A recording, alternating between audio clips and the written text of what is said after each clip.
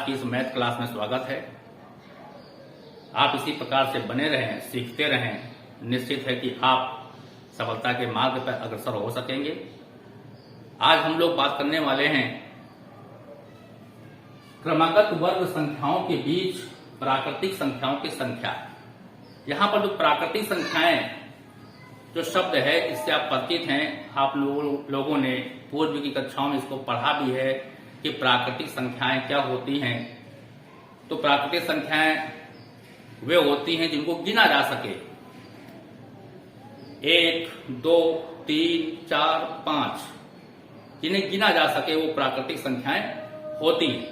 और प्राकृतिक संख्याएं 0 से स्टार्ट नहीं होती हैं। ये सब आप लोगों ने पूर्व की कक्षाओं में पढ़ रखा है। हम ये नहीं कहेंगे कि 0, 1, 2, 3, 4 ये नहीं कहेंगे। हम लोग एस चालू करेंगे, यानी गिनती की जो संख्याएं हैं वो सभी प्राकृतिक संख्याएं होती हैं, नेचुरल नंबर्स होती हैं। अब ये हमारा प्रश्न जो है, जो परीक्षाओं में जो प्रश्न पूछा जाता है उसमें ये पूछा जाता है कि क्रमागत वर्ग संख्याओं के बीच प्राकृतिक संख्याओं की संख्या। जैसे उदाहरण देते जाकर के 2 का वर्ग और 3 का वर्ग क्रमागत हो गए। 2 का वर्ग और 3 का वर्ग, इनके बीच में कुल कितनी प्राकृतिक संख्याएं आएंगी, ये प्रश्न पूछा जाता है। करने का तरीका बहुत आसान है। सभी लोग जो है वर्ग निकाल चुके हैं, वर्ग संख्याएं निकाल चुके हैं, आसानी से कर भी सकते हैं। यहां पर 2 का स्क्वायर 4 होता है, 3 का स्क्वायर 9 होता है। अब ये कहता है कि 4 और 9 के बीच कुल कितनी प्राकृतिक संख्याएं हैं। तो आसान है। 4 के बाद 5 आएगा, 5 के बाद 6 आएगा, 6 के बाद 7 आएगा, 7 के बाद 8 आएगा। यानी कि जो ये गैप है उसको हमने भर दिया और आगे 9 पहले ही लिखा हुआ है, तो ये भर गया। 4, 5, 6, 7, 8, 9। हम काउंट कर लें कितनी संख्याएं मिली।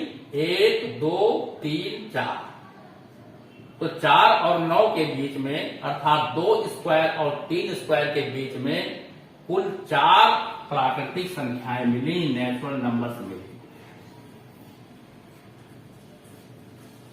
दूसरा उदाहरण लेते हैं।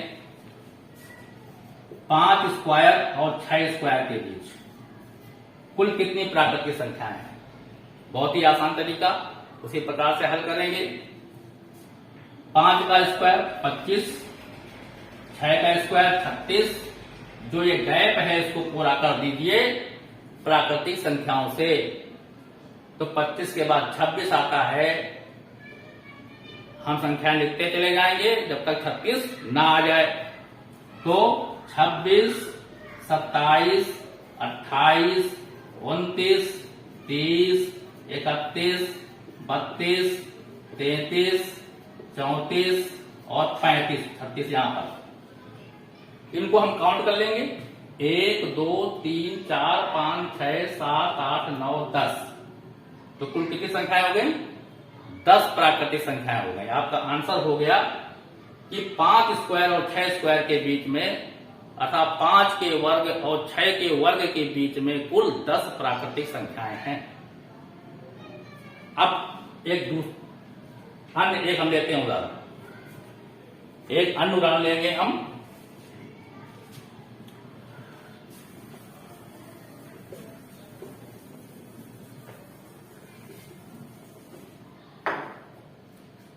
सात और 8, 7 स्क्वायर और 8 स्क्वायर के बीच,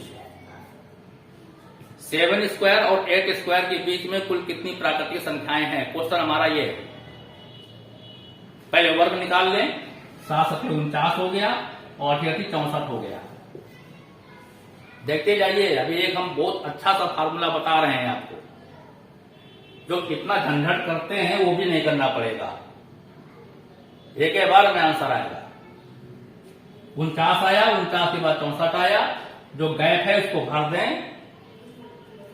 49 के बाद 50, 51, 52, 53, 54, 55, 56, 57, 58, 59, 60, 61, 62, 63 और 64 ये बहुत समय लगेगा। ऐसा करने में बहुत समय लगेगा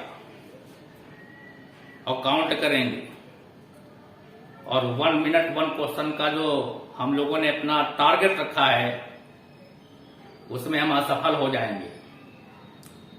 चलिए देखते हैं क्या कितनी प्राकृतिक संख्याएं निकल के आई। 1, 2, 3, 4, 5, 6, 7, 8, 9, 10, 11, 12, 13, 14 प्राकृतिक संख्याएं निकल करके आई। ये तो भाई अंक हमारा 7 स्क्वायर है और 8 स्क्वायर है। और मान लो ये अंक होता 13 का स्क्वायर और 14 का स्क्वायर, उसके बीच में अगर प्राकृतिक संख्याएं पूछता तो हम लोग लिखते ही रहते। अब इसके लिए ट्रिक बताते हैं और बिल्कुल एकदम आपके लिए आसान हो जाएगा कि क्वेश्चन देखते ही आप उसका आंसर दे देंगे और ऑप्शन सी में जो आंसर होगा उसी पे आपने टिक मार देंगे और गोले को ब्लैक कर देंगे। क्या ट्रिक है इसकी? 3 स्क्वायर और 4 स्क्वायर के बीच में प्राकृतिक संख्याएं, जो ये 3 लिखा है जो पहला है इसको केवल देखो, केवल इसको देखना है जो पहला 3 लिखा हुआ है। स्क्वायर पे भी ध्यान ना दियो। तो 3 लिखा है तो 3 को लो, 3 को डबल कर दो अर्थात 3 का 2 में गुणा कर दो, कितना आ गया? 6 आ गया। अर्थात 3 स्क्वायर और 4 स्क्वायर के बीच में 6 प्राकृतिक संख्याएं होती हैं। बहुत आसान। यहां देखिए 7 स्क्वायर और 8 स्क्वायर के बीच में, तो यहां हमने पकड़ा 7 को और 7 को पकड़ा, 7 अंक है और 7 में हमने 2 का गुणा कर दिया तो 7 दूनी 14 प्राकृतिक संख्याएं इसके बीच में होंगी।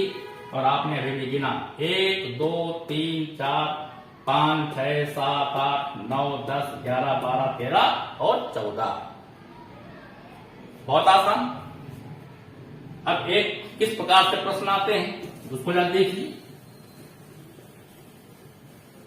अब यहां पर जैसे कह दिया गया 19 स्क्वायर व 20 स्क्वायर के बीच कुल कितनी प्राकृतिक संख्याएं हैं?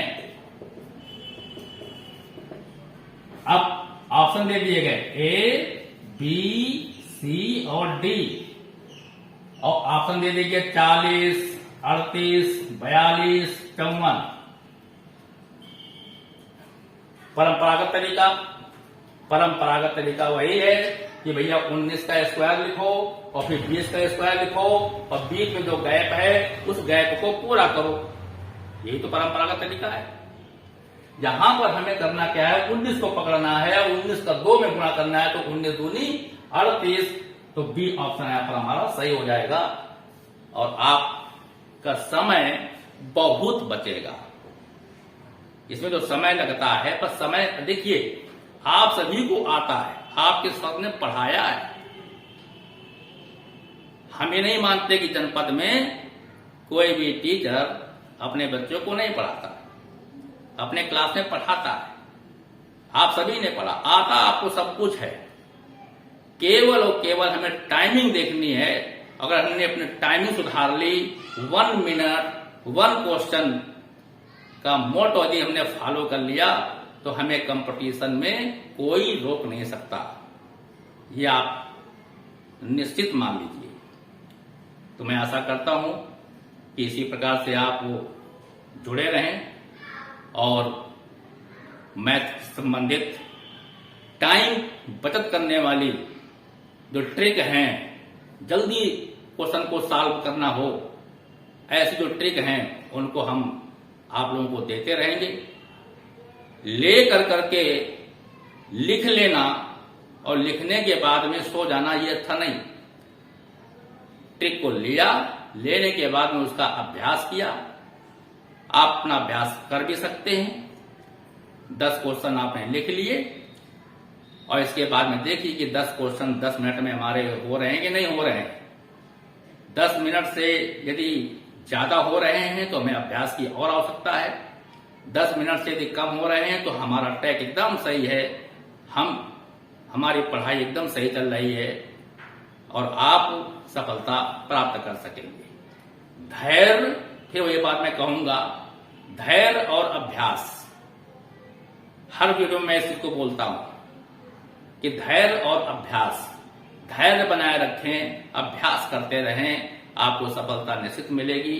आपने इस क्लास को पढ़ा, अच्छे से सीखा, जहां कोई दिक्कत आए आप कमेंट बॉक्स में आप जरूर लिखा करें उस चीज को, ताकि आपको पर्सनली हम आपके सर से मिल करके या सीधे कांटेक्ट कर करके आपका समस्या का समाधान कर सकें। आपका पुनः आप सभी का इस क्लास में जुड़ने के लिए बहुत बहुत धन्यवाद।